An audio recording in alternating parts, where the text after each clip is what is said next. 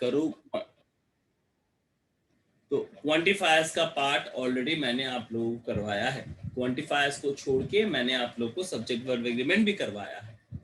अब सेंटेंसेस के क्लास 6 से हम लोग पढ़ते आ रहे हैं कि 5 पार्ट है, तो मॉडर्न में उसको 4 पार्ट कर दिया गया है। आपके एसेटिव कर दिया गया है, या आप डिक्लेरेटिव बोलिए, या इंट्रोगेटिव बोलिए, इंपरेटिव बोलिए, ऑप्टेटिव बोलिए, या आप एक्सक्लेमेटरी बोलिए। तो इस पार्ट से थोड़ा आगे बढ़ते हैं जहां पे प्रॉब्लम अराइज कर रहा है। सेंटेंसेस को तीनों पार्ट पे हम लोग बांटते हैं। सेंटेंसेस को अगर हम लोग तीनों पार्ट पे बांटते हैं तो हमारे पास सबसे इंपॉर्टेंट पार्ट जो होता है वो है क्लॉजेस। अब सेंटेंसेस को तीनों पार्ट्स में बांटने के बाद हमारे पास निकलता है सिंपल, कंपाउंड और कॉम्प्लेक्स। ये 3 पार्ट निकल रहे हैं। अगर ये 3 पार्ट हमारे पास आ रहे हैं तो हम लोग को समझना होगा कि सिंपल सेंटेंस का स्ट्रक्चर क्या है। मैं बार बार आपसे कहता हूं, जब भी आप लिखा करिए तो सिंपल सेंटेंस में लिखा करिए। जरूरत ना पड़े तो आप कॉम्प्लेक्स का इस्तेमाल मत कीजिए। कॉम्प्लेक्स का मतलब है जहां पे आपको मिली भगत हो रहा है, आप एक पार्ट से दूसरे पार्ट को मैच करने का कोशिश कर रहे हैं, आपके आइडियाज को मैच करने का कोशिश कर रहे हैं। सीक्वेंस ऑफ टेंसेस का रूल मैंने आपको पढ़ाया था, उस पार्ट को आप रिलेट कर रहे हैं। लिटरेचर पढ़ने के बाद उसे लिखना पड़ेगा अपने भाषा में। मुमकिन नहीं है कि मैं जितना भी क्वेश्चन आंसर्स हैं वो याद करके सीबीएसई में बैठूं। No, it's not possible. Line by line चीजों को अगर हम लोग समझते हैं तो अपने भाषा में लिख सकते हैं। Whenever you are going to write in your own language, that is the most important part. You should know about it. That sentences को हम लोग किस तरीके से लिख सकते हैं। ये जो क्लॉजेस होता है इसका मतलब क्या है? क्लॉजेस का मतलब है जिस सेंटेंस का पूरा मीनिंग है, जिस सेंटेंस का पूरा मीनिंग है उसको हम लोग क्लॉजेस बोलते हैं। अब ये क्लॉज, इस क्लॉज को मैंने सिंपल, कंपाउंड, कॉम्प्लेक्स में डिवाइड कर दिया। स्ट्रक्चर क्या है? Subject plus finite verb. तो इसका मतलब है एक क्लॉज के अंतर्गत आपके कुछ वर्ड्स होंगे जो सब्जेक्ट और एक प्रेडिकेट से बिलोंग होगा। आप देखिए यहां पे लिखा है a clause refers to a group of related words which has both subject and a predicate.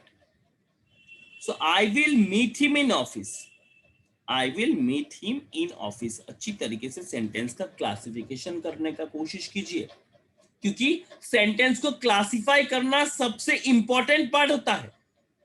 आई यहां पे सब्जेक्ट है। कौन सा सब्जेक्ट है? First person. विल का इस्तेमाल किया गया है, फ्यूचर टेंस। विल के साथ V1 का इस्तेमाल किया गया है, तो simple future.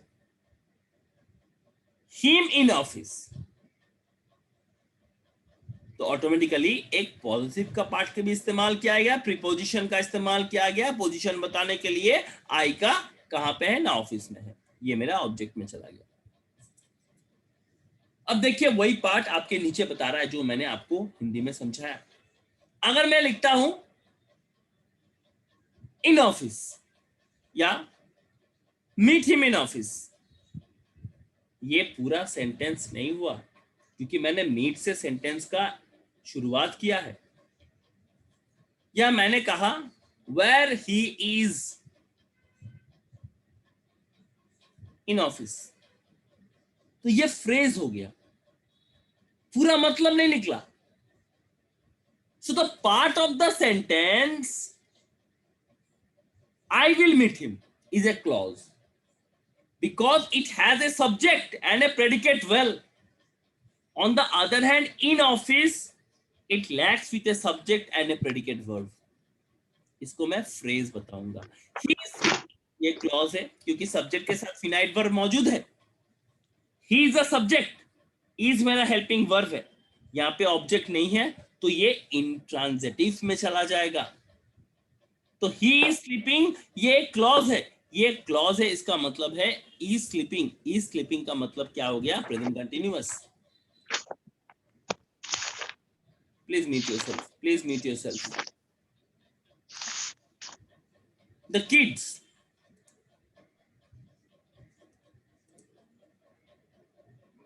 were laughing at the joke.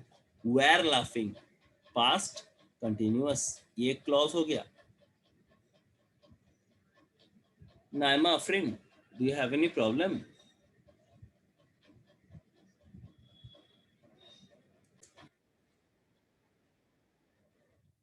Now, the kids were sleeping at the joker. Sorry, the kids were laughing at the joker. तो ये क्लॉज है. अब देखिए number third sentence. The teacher asked a question but no one answered. अब इस part को अच्छी तरीके से समझिए. मैंने क्लास 9 में आप लोगों को कंजंक्शन पढ़ाया था.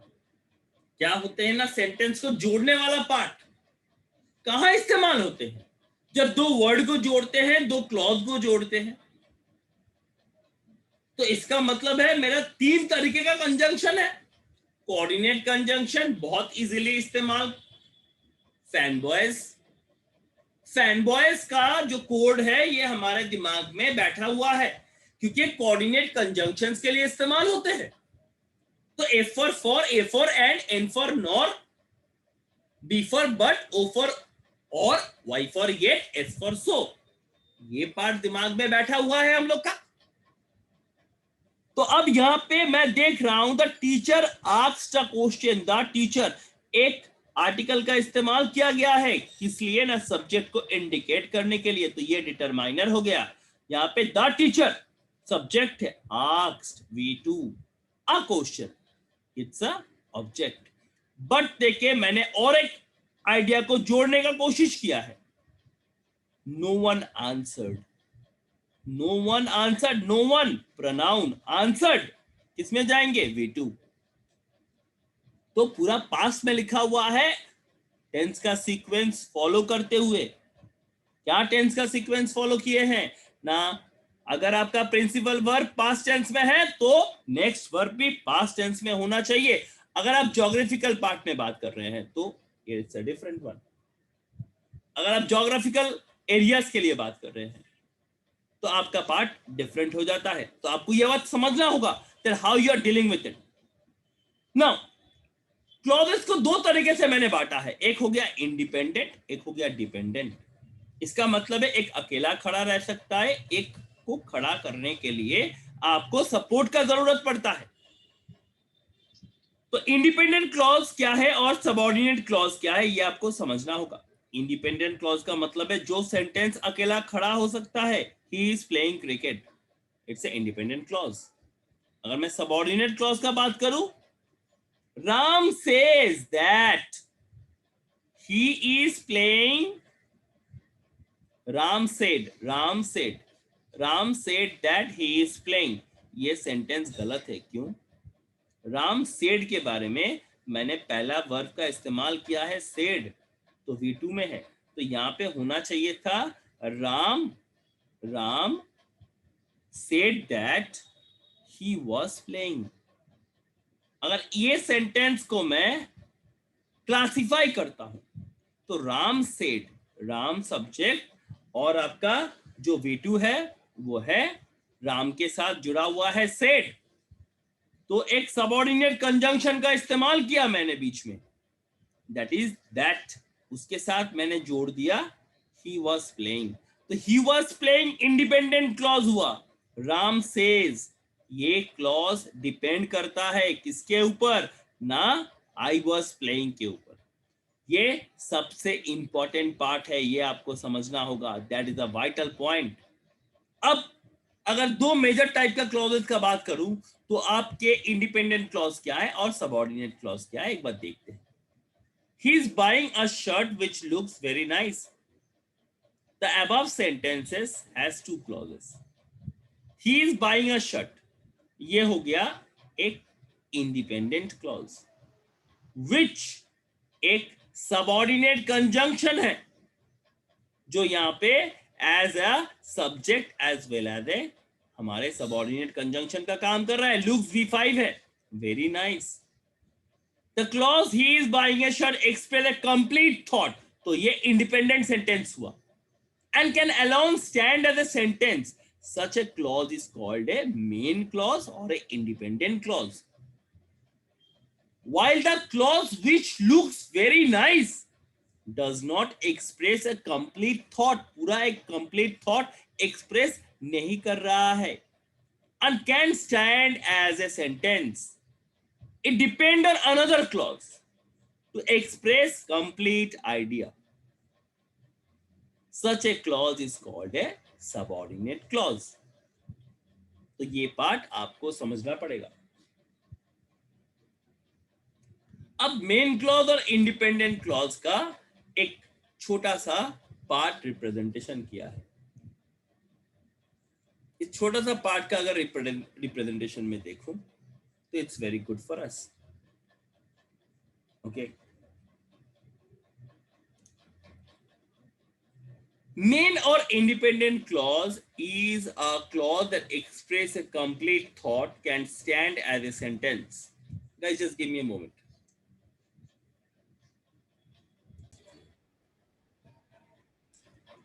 Now the main clause आपका एक ऐसा क्लॉज है जो एक कंप्लीट आइडिया को एक्सप्लेन करते हैं. देखिए, I made the teacher who had help me. अगर इस सेंटेंस का क्लासिफिकेशन करें तो आई सब्जेक्ट है, मेट एक मेरा V2 है, the boy the boy the boy, यहाँ पे द बॉय क्या है ना, ऑब्जेक्ट है. हु यहाँ पे एक रिलेटिव प्रोनाउन है जो दूसरे पार्ट को जोड़ा गया है. तो पहला पार्ट है मेरा simple present, sorry simple past, और दूसरा पार्ट है पास्ट परफेक्ट. तो इस तरीके से हम लोग एक सेंटेंस को बना सकते हैं. She is wearing a shirt which looks nice. The teacher asked a question but no one answered. इन जितने भी सेंटेंसेस आपको यहाँ पे एग्जाम्पल पे देख रहे हैं, ये आपका मेन क्लॉज को शो ऑफ कर रहे हैं, जहां पे आप समझ सकते हैं कि किस तरीके का सेंटेंसेस आपके मेन क्लॉज और इंडिपेंडेंट क्लॉज के ऊपर डिपेंड करते हैं, जिसको हम लोग बोलते हैं सिंपल सेंटेंसेस. तो सिंपल सेंटेंस का स्ट्रक्चर क्या होगा ना, सब्जेक्ट प्लस फिनाइट वर्ब, उसके साथ एक ऑब्जेक्ट, सबऑर्डिनेट क्लॉज. ये पार्ट आपको समझना है. सबऑर्डिनेट क्लॉज एक क्लॉज है जो पूरा मीनिंग एक्सप्लेन नहीं करता, पूरा मीनिंग एक्सप्लेन नहीं करता. And that is a criteria, that is a fact that we need to know, that we need to know.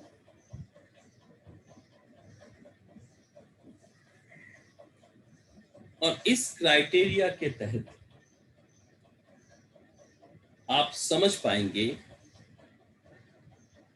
कि किस तरीके का सेंटेंसेस आपको बनाने हैं जो एग्जामिनर को अट्रैक्ट करे आपके पेपर में नंबर देने के लिए.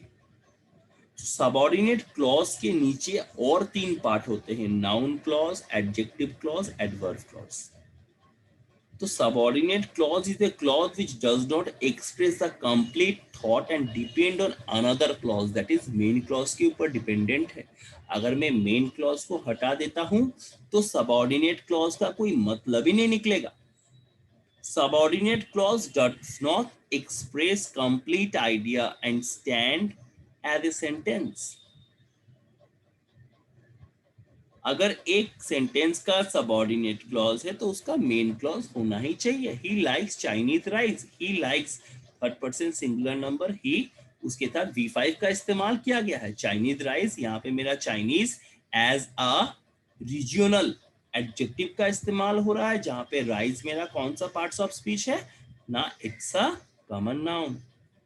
Which taste good, which taste good, ये डिपेंड करता है उस चाइनीज राइस के ऊपर. देखिए नीचे लिखा हुआ है, the clause which taste good is above sentence in A subordinate clause because it does not express complete thought. Which taste good को अलग कर दे तो पूछेंगे विच टेस्ट गुड, कौन सा चीज अच्छा लग रहा है, तो ये क्वेश्चन बन जा रहा है. तो ऑटोमेटिकली करी विच टेस्ट गुड डिपेंड करता है ही लाइक्स चाइनीज राइस के ऊपर. Okay, I met the boy who had helped me. Who had helped me? I met the boy. I bought a table that cost $100.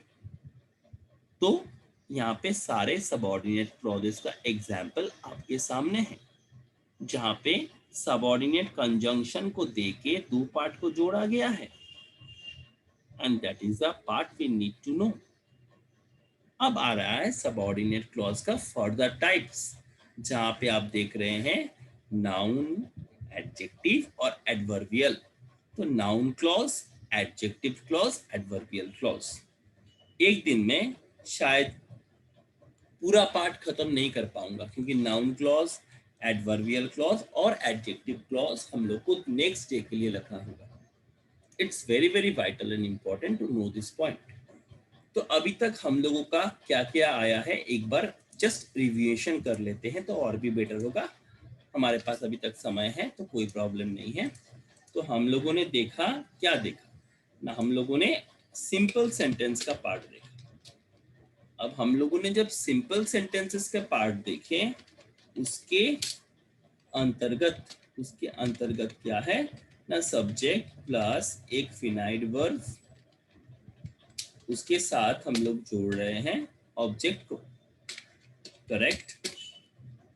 तो अगर मैं ये इस पार्ट को दिमाग में रख के चलूं, तो ये पार्ट का मतलब क्या हो गया ना, इस पार्ट का मतलब हो गया कि it's a part that is called subject plus finite verb plus object.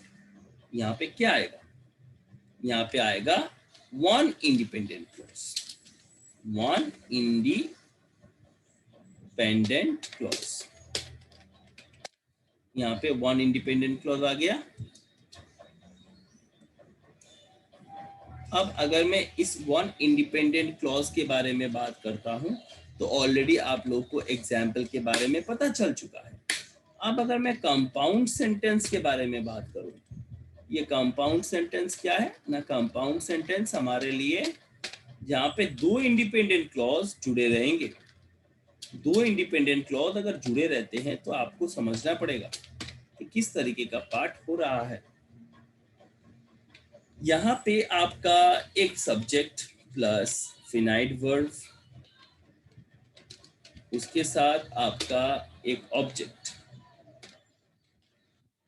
यहाँ पे जोड़ दिया गया, उसके साथ एक कोऑर्डिनेट कंजंक्शन, उसके साथ एक सब्जेक्ट, फिर एक फिनाइट वर्ब, फिर एक ऑब्जेक्ट। इसको मैं कहूंगा कि one independent plus subordinate, sorry, FANBOYS plus subject plus finite verb plus object. अब आप बोलेंगे सर अभी तो हम लोगों ने एग्जाम्पल में देखा कि सबऑर्डिनेट कंजंक्शन में ये पार्ट आता है। तो मैं बोलूंगा जब मैं noun clause, adverb clause, adverbial clause next class में पढ़ाऊंगा, तब आपको ये पार्ट क्लियर करेंगे। अभी अगर मैं कॉम्प्लेक्स के बारे में सोचता हूँ कि कॉम्प्लेक्स सेंटेंस क्या होगा ना, कॉम्प्लेक्स सेंटेंस के अंतर्गत मेरा क्या पार्ट आएगा ना, सब्जेक्ट आएगा, सब्जेक्ट के साथ मेरा फिनाइट वर्ब आएगा, फिनाइट वर्ब के साथ ऑब्जेक्ट आएगा, उसके साथ मैं सबऑर्डिनेट कंजंक्शन दूंगा, सबऑर्डिनेट कंजंक्शन के बाद वहां पे फिर एक सब्जेक्ट दूंगा और उसके साथ एक फिनाइट वर्ब दूंगा, उसके बाद मैं ऑब्जेक्ट दूंगा। अब इसका क्या पार्ट में बना ना, एक इंडिपेंडेंट प्लस एक डिपेंडेंट।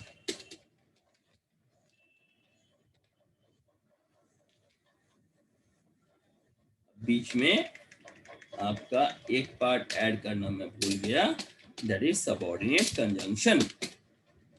इस पार्ट से आपका पूरा पार्ट तैयार हुआ। ये रहा मेरा 3 सेंटेंसेस का स्ट्रक्चर। अब इसका इस्तेमाल ऑलरेडी मैंने आपको दिखा चुका। तो अगर मेरे को कंजंक्शंस का आइडिया क्लियर है तो मैं इस पार्ट को लेकर डील कर सकता हूँ। अब बहुत सारे स्टोरीज जब आप लिखने जाएंगे, that time your complex sentence is very very important, so you need to know about it, and that is the criteria, and that is the criteria. तो आज हम लोगों ने क्लॉज के बारे में जाना, मेन क्लॉज क्या है वो जाना, इंडिपेंडेंट क्लॉज क्या है, सबऑर्डिनेट क्लॉज किसे कहते हैं या डिपेंडेंट क्लॉज किसे कहते हैं, उसके बारे में जाना। इन तीनों पार्ट को लेके हम लोग क्या क्या सेंटेंस बना सकते हैं, उस पार्ट को मैंने हाईलाइट किया कि simple sentence, compound sentence, complex sentence. अब ये किस तरीके का सेंटेंस के स्ट्रक्चर से आप लिखेंगे वो आपका पार्ट है, क्योंकि अगर आपको क्लॉज के बारे में आइडिया है तो आप 70 मार्क्स आराम से कर पाएंगे, and that is my criteria.